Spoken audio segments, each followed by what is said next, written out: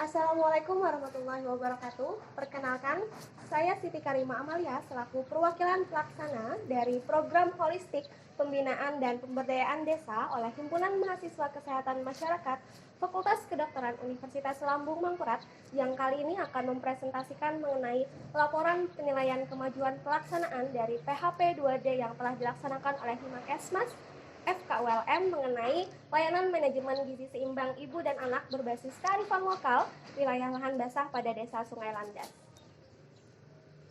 Baik, kali ini kita akan membahas outline-nya mengenai pertama adalah tingkat kesesuaian identifikasi permasalahan dengan metode dan ketercapaian tujuan. Kemudian kita lanjut akan membahas mengenai tingkat keberhasilan metode dalam mencapai tujuan, indikator keberhasilan, luaran wajib dan luaran tambahan yang dapat dicapai.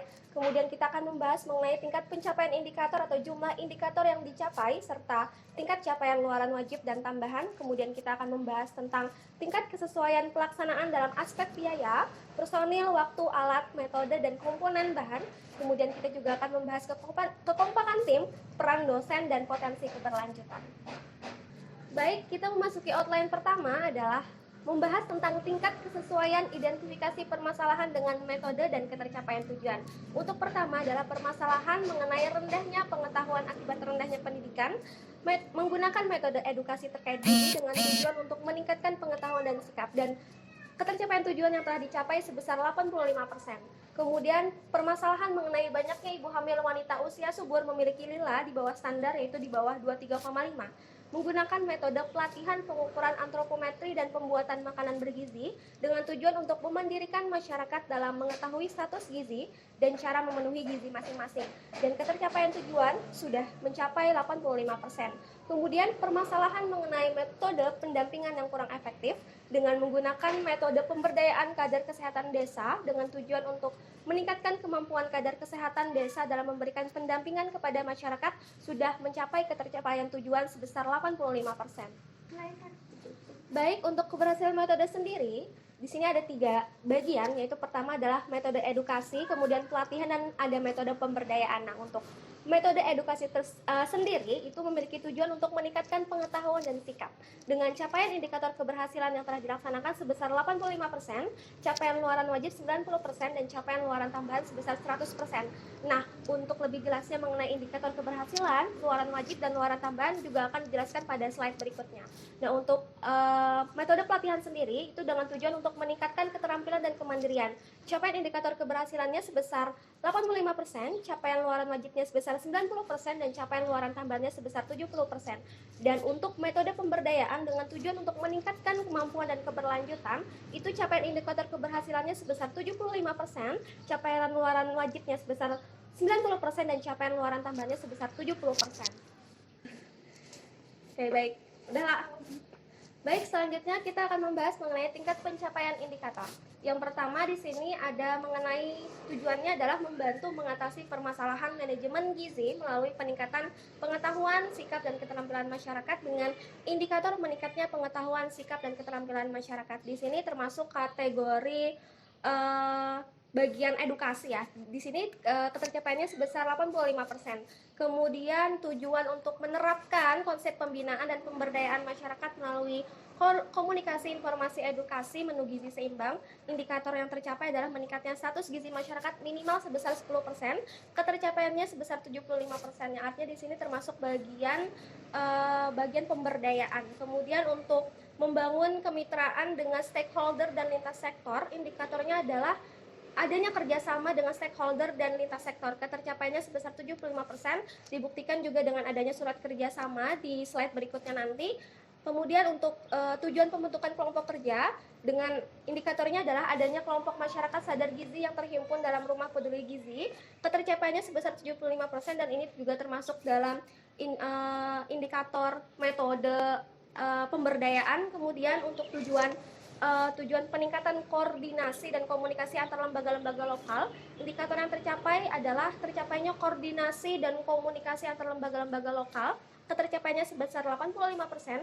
Kemudian untuk pembentukan desa binaan, indikator yang tercapai adalah masyarakat mampu melanjutkan program secara mandiri, ketercapaiannya sebesar 75%, yang artinya di sini juga termasuk dalam metode pemberdayaan. Kemudian juga tujuan untuk konversi mata kuliah pada kurikulum perkuliahan, indikatornya adalah konversi pada 15 SKS mata kuliah dengan kegiatan PHP 2D, ketercapaiannya juga sudah mencapai 90%. Juga ini dibuktikan dengan adanya bukti diskusi dengan dosen terkait mata kuliah masing-masing untuk bisa melakukan konversi mata kuliah.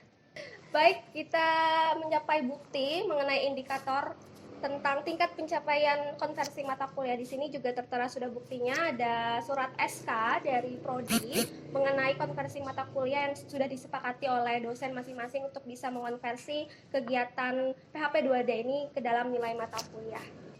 Baik, selanjutnya adalah kita membahas mengenai tingkat pencapaian luaran. Di sini terdapat luaran wajib dan luaran tambahan seperti yang sudah dijelaskan pada slide berikutnya. Luaran wajib itu terdiri dari modul manajemen gizi seimbang yang tingkat ketercapaiannya sudah mencapai 90%, kemudian modul pengukuran antropometri yang tingkat ketercapaiannya sebesar 90%, modul pembuatan makanan bergizi yang tingkat ketercapaiannya sebesar 90%, lalu profil pelaksanaan program yang tingkat ketercapaiannya mencapai 70%, kemudian video kegiatan yang tingkat ketercapaiannya mencapai 100%, publikasi media sosial pun juga tingkat ketercapaiannya sebesar 100%. Nah, kemudian juga ada luaran tambahan seperti jurnal yang tingkat ketercapaiannya sebesar 70%, kemudian publikasi media massa dengan tingkat ketercapaian sebesar 100%, dan jejaring kemitraan juga tingkat ketercapaiannya sebesar 75%. Baik, kita selanjutnya akan membahas mengenai tingkat pencapaian luaran modal manajemen gizi seimbang. Tadi sudah mencapai 90%, yang di sini sudah terlihat bahwa sudah lengkap ya, dari cover sampai isi sampai daftar pustaka, yang mana di sini membahas tentang bagaimana orang tua khususnya bisa memanajemen gizi seimbang untuk keluarga. Di sini juga sudah tertera mengenai resep-resep belanja dalam sepekan untuk bisa belanja menu makanan seimbang untuk keluarga. Jadi sudah tertera dalam modul ini dan bisa menjadi panduan. Baik, selanjutnya adalah tingkat pencapaian luaran modul pengukuran antropometri pun sebenarnya kurang lebih sama dengan manajemen gizi seimbang, namun di sini lebih membahas tentang bagaimana tips and trik mengukur antropometri seperti berat badan, tinggi badan, lila yang benar seperti apa juga dijelaskan dalam modul ini. Jadi bisa menjadi panduan untuk keluarga dalam mengontrol tubuhnya dalam keseharian. Baik, selanjutnya ini juga membahas tentang tingkat pencapaian luaran modul pembuatan makanan bergizi, yang di dalamnya juga terdapat resep-resep makanan yang bisa dijadikan panduan khusus untuk ibu dalam memasak makanan bergizi untuk keluarga. Baik, di sini juga ada tingkat pencapaian luaran video kegiatan yang dipublikasikan dalam YouTube-nya PHP 2D Himakesmas. Bisa di search di YouTube-nya PHP 2D Himakesmas. Di situ juga akan tampil video kegiatan PHP 2D kami. Baik, selanjutnya adalah tingkat pencapaian luaran publikasi media sosial, yang mana kami publikasikan kegiatan PHP 2D ini dalam Instagramnya php2d.himakesmas.fkwlm. Bisa dicek pada Instagram tersebut dan jangan lupa di follow. Baik, selanjutnya adalah tingkat pencapaian luaran publikasi media massa yang dibantu dengan adanya berita dari tribunnews.com, yang mana di sini sudah menjelaskan mengenai kegiatan kami. Jadi bisa dicek pada website yang sudah tertera. Baik, luaran selanjutnya adalah tingkat pencapaian luaran jejaring kemitraan. Di sini juga ada bukti surat kerjasama kami dengan pemerintah desa yang menjadi lokasi binaan. Untuk tanda tangan serta bukti pernyataan juga sudah tertera dalam slide ini. Selanjutnya kita akan membahas mengenai tingkat kesesuaian pelaksanaan dari segi biaya. Nah, di sini untuk rancangan anggarannya sebenarnya terpakai 35 juta dari rancangan. Tapi untuk realisasinya alhamdulillah sudah mencapai 77,14%, yang artinya sudah melebihi setengahnya, terpakai sebesar 27 juta. Jadi untuk tahap awal kami sudah terpakai sebesar 27 juta dari dana yang sudah dianggarkan, yaitu dari biaya habis pakai sampai dengan keperluan lainnya. Baik, untuk tingkat kesesuaian pelaksanaan dari segi personil, waktu, alat, metode, dan komponen bahan. Yang pertama untuk personil, itu tingkat ketercapaiannya sebesar 100%, yang artinya di sini seluruh anggota tim itu ikut terlibat aktif. Dan juga ada bantuan dari mahasiswa di luar tim yang untuk membantu kami dalam pelaksanaan PHP 2D ini. Kemudian untuk dari segi waktu, kesesuaiannya sebesar 75%.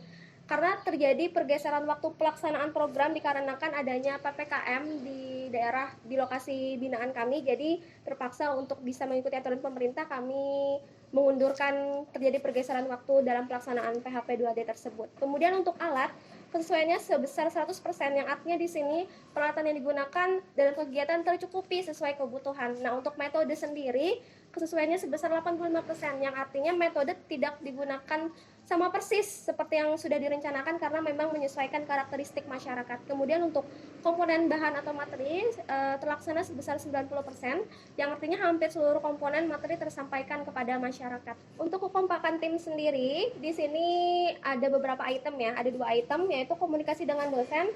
Alhamdulillah terlaksana dalam sekali sepekan dengan persentase 85%, biasanya digunakan untuk konsultasi luaran, kemudian juga konsultasi program baiknya seperti apa, apalagi saat itu ada PPKM ya di daerah lokasi binaan, jadi komunikasi dengan dosen memang harus intensif. Kemudian untuk keterlibatan mahasiswa, frekuensinya adalah 100%, persentasenya 100% dengan frekuensi seluruh tim dan mahasiswa di luar tim. Karena memang ada beberapa mahasiswa di luar tim yang kami libatkan dalam kegiatan program PHP 2D. Kemudian untuk kekompakan tim dengan komunikasi dengan dosen, di sini ada penyusunan proposal itu melalui WhatsApp chat, kemudian pengurus perizinan juga melalui WhatsApp chat, kemudian penyusunan berkas seleksi administratif melalui WhatsApp chat juga, kemudian persiapan seleksi substantif melalui Zoom meeting, kemudian diskusi pelaksanaan program melalui WhatsApp chat, kemudian diskusi penyusunan luaran melalui Zoom meeting karena memang ini bagian penting dalam program PHP 2D, kemudian konsultasi penyusunan luaran melalui WhatsApp chat karena luaran sudah kami jadi, lalu konsultasikan dengan dosen pembimbing pastinya. Kemudian diskusi konversi mata kuliah melalui Zoom meeting. Di sini karena juga bagian penting dari PHP 2D mengenai konversi mata kuliah, kami sudah melakukan diskusi bersama koordinator program studi dan juga dosen-dosen yang bersangkutan. Kemudian konsultasi persiapan PKP melalui WhatsApp chat. Baik, untuk kekompakan tim dan dalam keterlibatan dosen, di sini untuk pembukaan dosen berhadir, kemudian untuk edukasi pemenuhan gizi seimbang dosen pun berhadir, kemudian untuk edukasi pemenuhan gizi harian dosen berhadir, kemudian untuk pelatihan pengukuran antropometri, pelatihan pembuatan makanan bergizi dan edukasi masalah terkait gizi. Memang di sini harinya berbarengan ya dengan pelaksanaan kegiatan di program studi, dan akhirnya dosen tidak bisa berhadir. Kemudian untuk edukasi gizi 1000 hari pertama kehidupan, dosen berhadir. Edukasi pencegahan stunting, dosen berhadir juga. Edukasi perhitungan status gizi dan pelatihan perhitungan status gizi, dosen pun berhadir. Dan di sini pelatihan pembuatan cemilan sehat bergizi tidak hadir karena juga berbarengan dengan kegiatan program studi.